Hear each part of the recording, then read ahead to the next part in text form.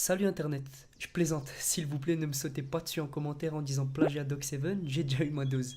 Bref, j'espère que vous allez tous bien, en tout cas moi, ça va super. Tout d'abord, je m'excuse d'être un petit peu inactif sur la chaîne en ce moment, mais vous inquiétez pas, cette semaine et la semaine prochaine, il y aura du très lourd, et croyez-moi, je parle pas pour rien. Ah oui, au fait, je prépare aussi un concours pour fêter les 50 000 abonnés, donc oublie pas de checker la chaîne de temps en temps.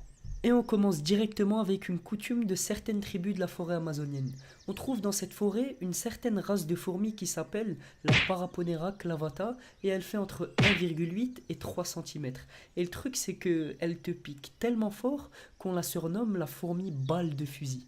Juste avec le nom, je pense que vous vous imaginez la douleur. Une piqûre te fait ressentir la souffrance pendant 24 heures complètes. Mais pourquoi je vous parle de cette fourmi en première place dans ce top? Parce que dans certaines tribus de la forêt amazonienne, une tradition fait qu'on se sert de la fourmi balle de fusil comme bizutage et rituel. En fait, la coutume, c'est de faire enfiler des gants pleines de fourmis aux futurs mariés ou à l'adolescent pour tester leur courage ou voir s'ils sont prêts à être des adultes.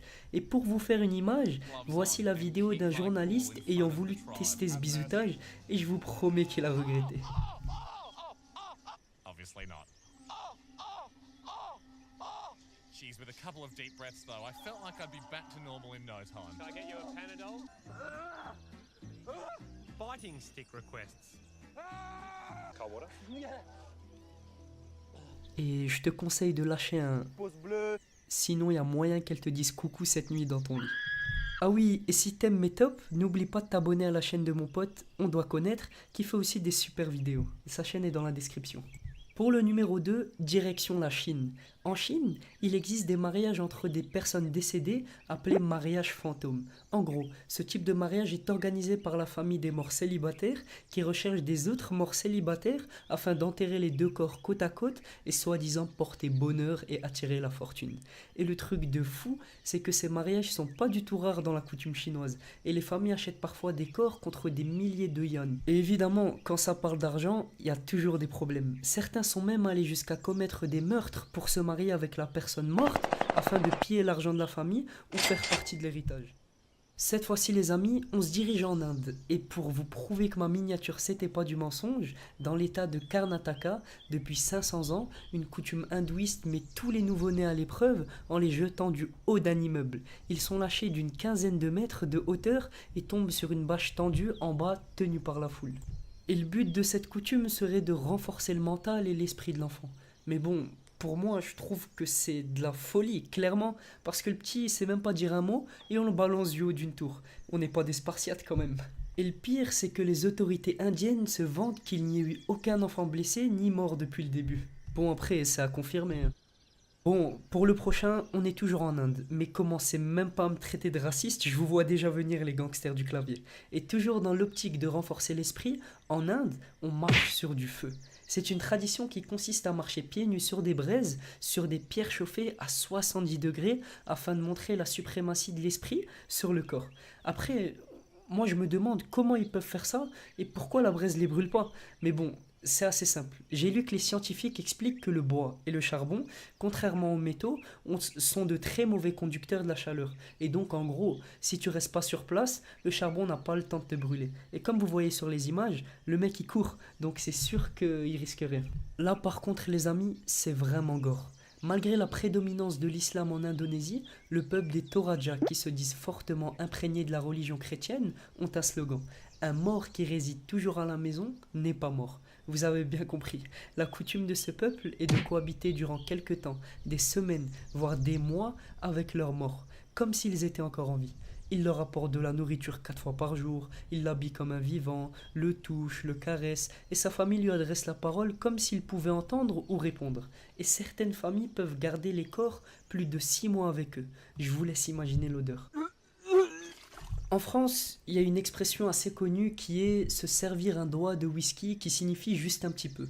Bah Yukon au Canada, le doigt, bah il est réellement dans le whisky.